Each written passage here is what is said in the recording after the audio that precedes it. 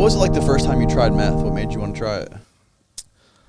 All of my friends that I knew growing up, they were all older than me, and they were doing it, and they wouldn't let me do it.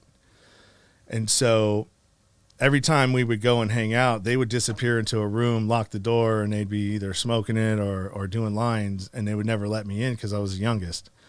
And so I don't know if they didn't want me to be responsible for letting me try it or whatever the reason was. But from that point on, it's like when somebody tells you you can't have something, now you want it, right? And so I knew that a lady down the street from me, the reason why I know that is because my dad ended up marrying her sister when she divorced my mom. And I knew that she was like a stoner, right? And so I knew that I might be able to find it there. And she was about 15 years older than me. So let's say I'm 15, and she's got to be at least 30, 33. And I go and I start hanging out down there, and sure enough, she lets me try it for the first time. Wow.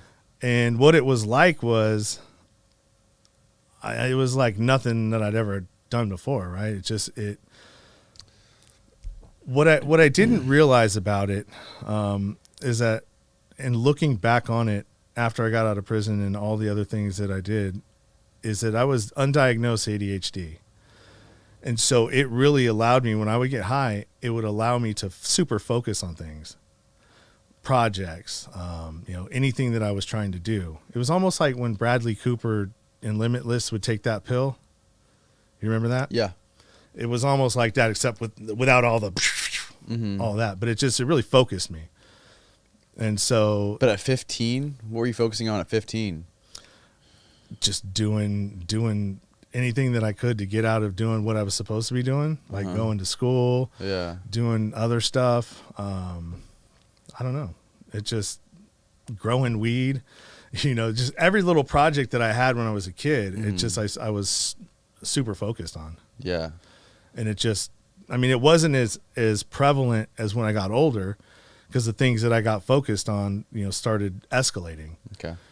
So, let's just say, I think I'm about 19 now, and I'm on the run again, doing drugs, meet up with somebody, I stop doing the crank, but then I start selling coke, because I meet this guy, and, I meet him in a club, and I got him out of some trouble because I had an entourage of people with me, and we're hanging out, and he got in some funk with somebody, and I got my people to kind of assist him.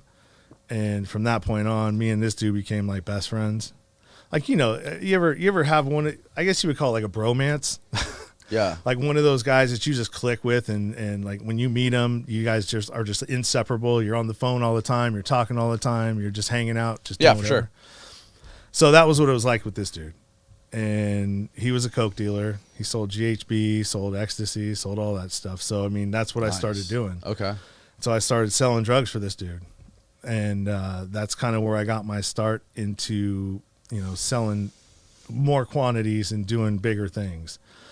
And everything that I was selling at the time, I would be addicted to. So, like, You're getting high on your own supply. Basically, I was a horrible drug dealer. To be honest with you, the only thing that Did you make a lot of money at least? No, I made enough money to get by and to pay the bills and to party all the time. Okay. And it was really just a facade. The only thing that kept me from getting beat up is that my biggest clientele was in the strip clubs. And so I had a lot of strippers that were hanging out at the house. They would, friends, I wasn't banging all of them. What were the strippers doing? What kind of drugs did they like?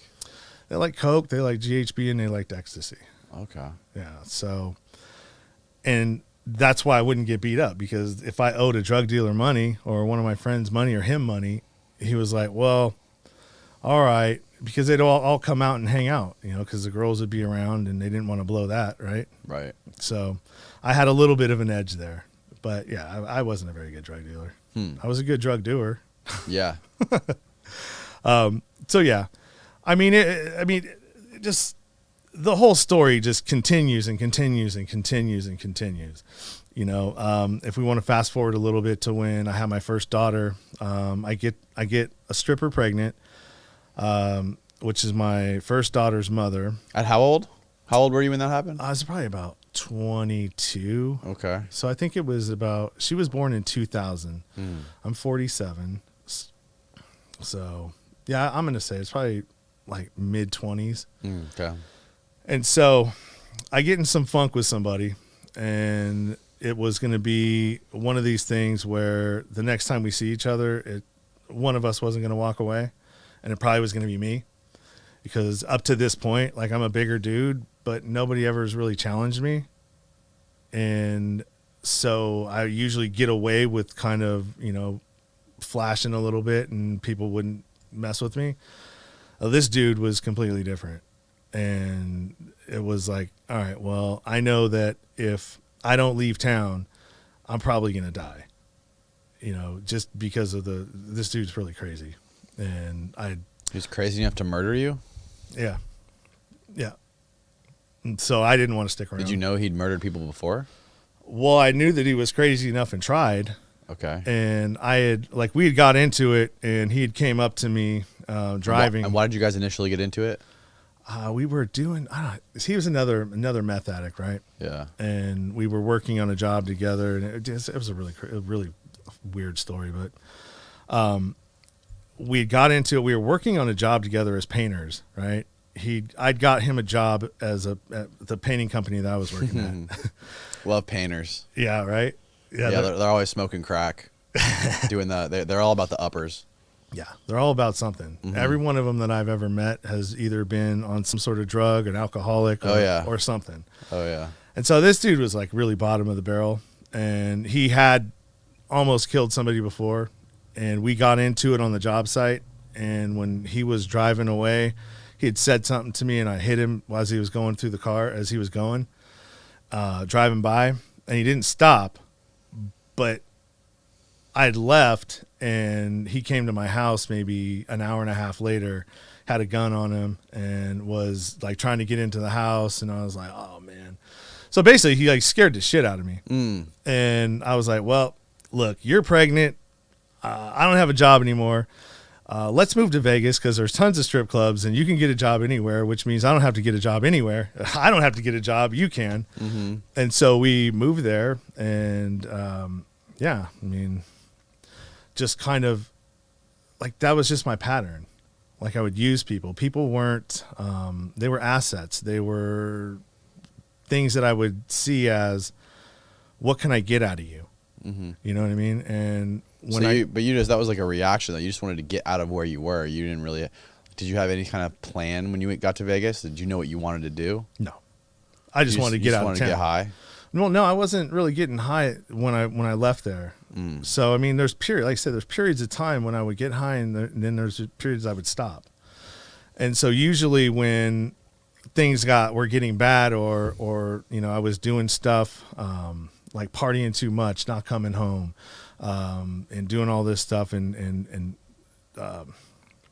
kind of putting my own situation in jeopardy. Like, all right, well, my girlfriend might kick me out, or if I keep doing this, so I would toe the line just enough to get her to, all right, well, I'll believe you now. I see that you're trying. And, I would then at some point I would fall back around and do the same thing over and again. Does that make sense? Yeah. So it's just a long line of this. And when I went to Vegas, I was doing well. We had our daughter, but I'd let my friend move up from Sacramento. And, well, actually, I found out that he was living there already, and he was with another stripper that's a whole nother story, but ended up moving him into my house because he wanted to get away from her. Me and him started hanging out, and just didn't really work out there because my girlfriend was like, me and him are partying all the time, and she's pregnant, about to have the kid, and I'm nowhere to be found most of the time, off doing whatever. I mean, even to the point when I had my daughter, you remember Johnny Depp in Blow, and how he was in the delivery room, but he wasn't really there? Well, I was like that on GHB when my daughter was born. Didn't he overdose on coke when he was in there? Mm-hmm. Well, I was on GHB when I was in there. And so nodding out, just could barely stand up. Luckily, the neighbor that took her to the hospital was there, because he's ended up being the one that cut the umbilical cord. No way. Yeah, because I couldn't do it. So, I mean, I'm surprised they even let me in the room, to be honest with you. That's wild. Yeah. And so, I mean, just another example of, you know, all I care about is what I want and not really the things that matter in life. Just because I was a latchkey kid from the, you know, in the third grade. So, I mean, I never really had any supervision, never had consequences, kind of, you know, lived my life the way that I wanted to all the way up to this point, you know, using people along the way, having, you know, just craziness, man. Yeah.